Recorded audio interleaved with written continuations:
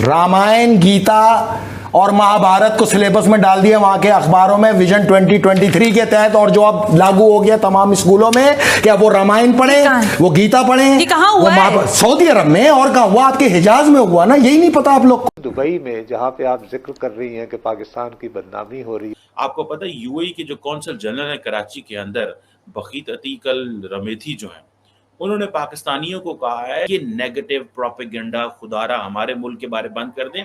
आप तो बहुत सारा पैसा हमारे मुल्क से कमाते हो, मगर आज भिखारियों, मुजरिमों और धोखेबाजों में पाकिस्तानियों का शुमार होता है। क्यों? उनके मुल्क को बदनाम करते हैं। किस लिए भाई?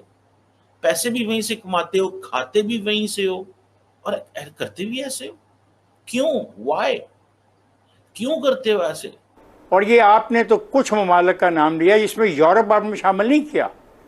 यूरोप में आपके इस रवैये के खिलाफ सख्त नफरत पाई जा रही है। गल्फ कंट्रीज, खासतौर पर यूएई, सऊदी अरेबिया और कतर, जितने अरब कंट्रीज हैं, उन्होंने बड़ी ही सख्त शिकायत की है। पाकिस्तान हर साल जाता है और यूएई की हुकूमत से ये कहता है कि हमें पैसे दे दें, रोल ओवर करने हैं हमें या हमारा जो कर्ज है उसको रोल ओवर कर दें ताकि हम थोड़ा सा वक्त गुजार सके। खबर दे लाहौर से, जहां पर 2 डाकू ने एयरपोर्ट के करीब जर्मन सैयाह को लूट लिया है। डाकू मोबाइल, नकदी और 5 लाख रुपए मालियत का कैमरा छीनकर फरार हो गए।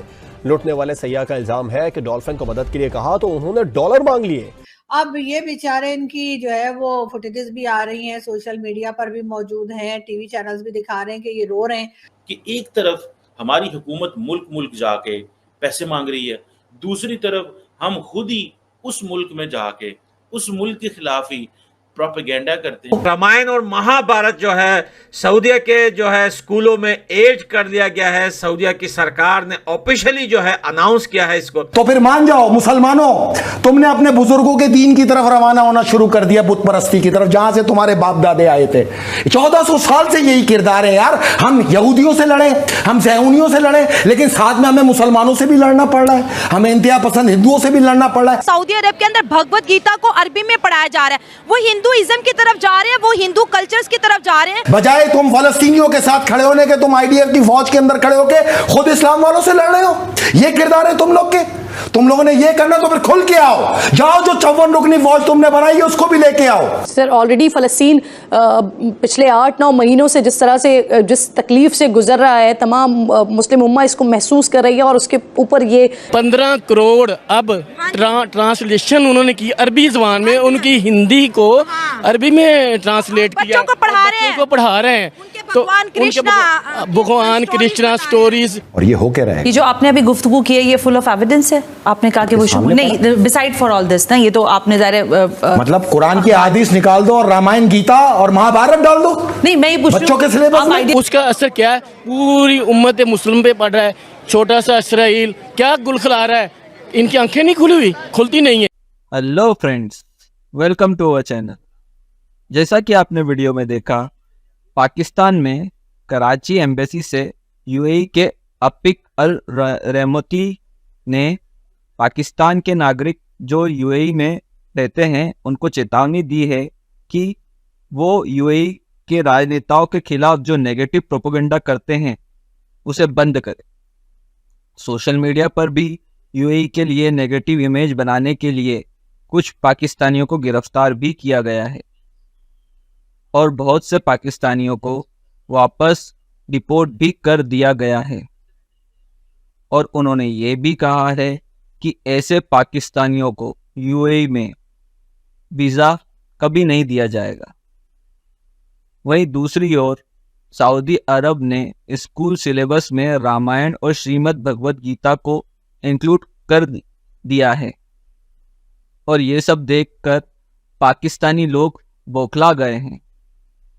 आपका इस पर क्या विचार है? आप हमें वीडियो पर कमेंट्स करके बता सकते हैं। वीडियो को लाइक करें, चैनल सब्सक्राइब करें और बेल आइकन प्रेस करना मत भूलिएगा। चलिए वीडियो में आगे चलते हैं। आपको लगा कि इस्माइल हानिया की मौत और शहादत ने सारे लोगों को यकजा किया? सारे लोगों को यकजा किया ना किया, लेकिन खारजी और तकफीरियों को जरूर मंजर आम पे लेके आ गया। ये वही लोग हैं जो तनकीद कर रहे हैं, जिनका आप जिक्र करें, ये वही लोग हैं ना जो अभी 6 महीने पहले कन्वेंशन के अंदर जिन्होंने जिहाद के फतवे दिए और एक भी ना गया। फ़लस्तीन के अंदर इन्होंने पाकिस्तानियों की नाक कटवा दी उस जिहाद में शिरकत ना करके। अब फ़लस्तीन के मुबल्लिग ये ऐलान कर रहे हैं कि इन पाकिस्तानी मुल्लाओं को जाके बताओ इसराइल ने अपना नाम ईरान रख लिया, शायद ये हमला करने आ जाए। ये ना गए और ये सिर्फ बातें करने के लिए यहाँ बैठे। इनसे बोलो अब चले जाओ, अब तो तुम पे फर्ज हो गया ना बदला, अब चले जाओ। इस्माइल हानिया की आखिरी ख्वाहिश क्या थी पाकिस्तान से? एक धमकी दे दो। तो जाओ अपनी पार्लियामेंट का कल इजलास बुलाओ, पीपल्स पार्टी वालों, नून लीग वालों, आओ सारे बैठ के एक करारदाद नहीं पास करो, धमकी दो ना ऑफिशियल, फिर इसकी इस ख्वाहिश को पूरा कर दो। और ये ना कर सकते, अपने मुंह को टेप लगा के बंद करो और खामोशी से बैठ के तमाशा देखो, जो तमाशबीनी का हक है तुम्हारा, उस असूल के तहत देखो। सुने, हम जिन्स परस्ती अलाउ कर दी तुम्हारे वली अल्लाह ने सऊदी अरब में, मुबारक हो तुम्हें, तुम्हारे तो शौक ही यही है। नंबर 2, बिकनी पहना के अपनी खवातीन जो पर्दे में थी उनके कैट वॉक शुरू करा दी। और सितम जरीबी देखो, रामायण, गीता और महाभारत को सिलेबस में डाल दिया वहां के अखबारों में विजन 2023 के तहत, और जो अब लागू हो गया तमाम स्कूलों में, क्या वो रामायण पढ़े, वो गीता पढ़े। ये कहाँ हुआ है? सऊदी अरब में। और कहाँ हुआ? आपके हिजाज में हुआ ना, यही नहीं पता आप लोग को। अगर ये भी नहीं पता तो फिर क्या पता आप लोग को? क्यों छुपाते हो आप लोग ये चीजें? तो फिर मान जाओ मुसलमानों, तुमने अपने बुजुर्गों के दीन की तरफ रवाना होना शुरू कर दिया, बुत परस्ती की तरफ, जहां से तुम्हारे बाप दादे आए थे। 1400 साल से यही किरदार है यार। हम यहूदियों से लड़े, हम ज़ैऊनियों से लड़े, लेकिन साथ में हमें मुसलमानों से भी लड़ना पड़ रहा है, हमें इंतहा पसंद हिंदुओं से भी लड़ना पड़ रहा है। 23,000 अरब बद्दू मुसलमान IDF के अंदर शमूलियत इख्तियार करके गए, 1500 ट्रेनिंग मुकम्मल करके अब बाकायदा IDF फौज का हिस्सा है। बजाय तुम फलस्तीनियों के साथ खड़े होने के, तुम IDF की फौज के अंदर खड़े होके खुद इस्लाम वालों से लड़ रहे हो। ये किरदार है तुम लोग के। तुम लोगों ने ये करना तो फिर खुल के आओ, जाओ जो 54 रुकनी फौज तुमने बनाई है उसको भी लेके आओ, देख लेते हैं इस बार। और अगर तुम लोग बाज ना आए तो ये याद रखना, ये जंग तुम्हारे महलात के अंदर तक आएगी, फिर शिकायत ना करना, और ये होके रहेगा। ये जो आपने अभी गुफ्तगू की है ये फुल ऑफ एविडेंस है? आपने कहा कि वो नहीं, बिसाइड फॉर ऑल दिस ना, ये तो आपने मतलब कुरान की हदीस निकाल दो और रामायण, गीता और महाभारत डाल दो। नहीं, मैं ये पूछ बच्चों के सिलेबस में IDF के अंदर कह रहे हैं कि उन्होंने शमूलियत इख्तियार की, बड़ा इल्जाम है ना यार? इल्जाम नहीं है, 23,000 की तादाद दे रहा हूं, जिसमें से 1500 ट्रेनिंग मुकम्मल करके बाकायदा IDF का हिस्सा बन गए। ये मिस्र से गए, उर्दून से गए, UAE से गए, सऊदी अरब से गए। सऊदी अरब ने नेशनलिटी देने का ऐलान किया, किस मुसलमान को दी है? जितनी दी जा रही है सब इसराइल से भाग के जो यहूदी आ रहे हैं उनको दी जा रही है।